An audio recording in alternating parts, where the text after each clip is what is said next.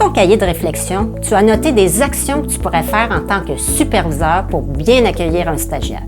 Ce module-ci va te permettre de bonifier ta réponse. Partir du bon pied en donnant une bonne première impression est un excellent point de départ. Ça donne le ton et colore les expériences qui vont suivre. Hey, Caro, attrape! Lance comme il faut! Caro! Je le sais, on aurait dû se pratiquer. Je vais l'avoir. Ben non, je jouais pas à balle, moi, quand j'étais jeune. Tu jouais à balle, toi? Ben, Caro, je lance pas si fort que ça. Dominique, choque-toi pas, là. Je l'ai quasiment eu! C'est fini, là, on arrête. Ça marche pas. Quand je demande aux superviseurs ce qu'ils font pour bien accueillir leurs stagiaires, les réponses sont très variées. Une équipe de perfusionnistes m'a déjà confié que les superviseurs se réunissaient dans une pièce le premier jour pour accueillir les stagiaires avec des ballons. Évidemment, tu n'es pas obligé d'y aller avec quelque chose d'aussi gros. Ça pourrait être aussi simple que décorer le bureau du stagiaire ou lui réserver une place désignée. Lorsque tu accueilleras ton stagiaire, il est primordial de réserver du temps pour le connaître. Intéresse-toi à ce qu'il aime et à son cheminement académique. Demande-lui, par exemple, quel cours il a suivi.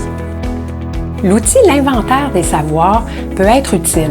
Demande à ton stagiaire d'indiquer son niveau de connaissance sur différents aspects du stage. Tu vas pouvoir ensuite mieux planifier les activités durant le stage. Prends le temps de présenter l'établissement et l'équipe, où se trouve son casier, la cafétéria, le bureau de stationnement, quelles sont les personnes ressources.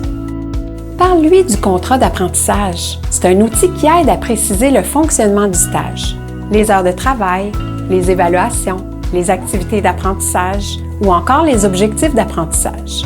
Comme un contrat est une entente entre deux parties, il devrait être signé par toi et ton stagiaire.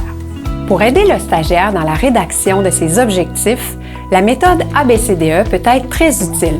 Okay. Dominique? Merci, Caroline. La plupart des gens connaissent la méthode SMART. Personnellement, j'ai une préférence pour la méthode ABCDE. Je te donne un exemple. Prenons l'objectif suivant. Je vais effectuer seul l'évaluation des fonctions cognitives d'une personne présentant un trouble neurocognitif vu à la clinique externe de gériatrie d'ici le 1er mai. La lettre A indique Audience. C'est la personne, le qui, celui qui fait l'action, le je. Le B indique Behavior, le comportement, c'est-à-dire effectuer l'évaluation des fonctions cognitives d'une personne présentant un trouble neurocognitif. Le C indique Condition. On fait référence au contexte, à l'environnement, c'est-à-dire vu à la clinique externe de gériatrie. Le D indique Degree. On fait référence au degré d'atteinte de l'objectif. Dans l'exemple, le stagiaire doit être capable de réaliser avec succès ce qu'on lui demande, seul, sans l'aide de son superviseur. Et finalement, le E indique Estimated Period, soit le temps prévu pour atteindre l'objectif, le quand, c'est-à-dire d'ici le 1er mai. Voilà, simple comme A, B, C, D et E. C'est pour cette raison que j'apprécie particulièrement cette méthode. Caro, attrape là! Enfin, comme superviseur, il est primordial de préciser tes attentes, autant d'un côté comme de l'autre. Des attentes non précisées sont l'une des causes les plus fréquentes de conflits. Je te conseille d'utiliser l'outil des attentes envers le stagiaire que tu trouveras en annexe dans ton cahier de réflexion.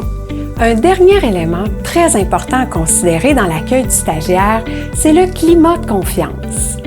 Tu ne veux pas que ton stagiaire ait l'impression de marcher sur une corde raide. Tu dois créer un climat positif et une relation respectueuse. Il doit sentir qu'il est dans un environnement sécuritaire. Pour ça, il faut faire preuve d'ouverture et d'empathie. Le stagiaire doit savoir qu'il est permis de faire des erreurs, que c'est normal et même bénéfique d'en faire. Je termine en soulignant que les petits gestes que tu vas poser en début de stage et aussi toutes les mesures que tu mettras en place pour favoriser un climat sain vont avoir beaucoup de répercussions sur l'expérience du stagiaire. Je t'invite maintenant à retourner dans ton cahier de réflexion avant de visionner le module 3. On se retrouve bientôt! Hey là, Christian, c'est vraiment bon le module 2. C'était plus sérieux, c'est mieux. Mais toi, t'arrêtes de me dire que tu savais pas comment attraper une balle. Je le sais, on devrait aller se pratiquer pendant le dîner. Bien temps, on va y aller.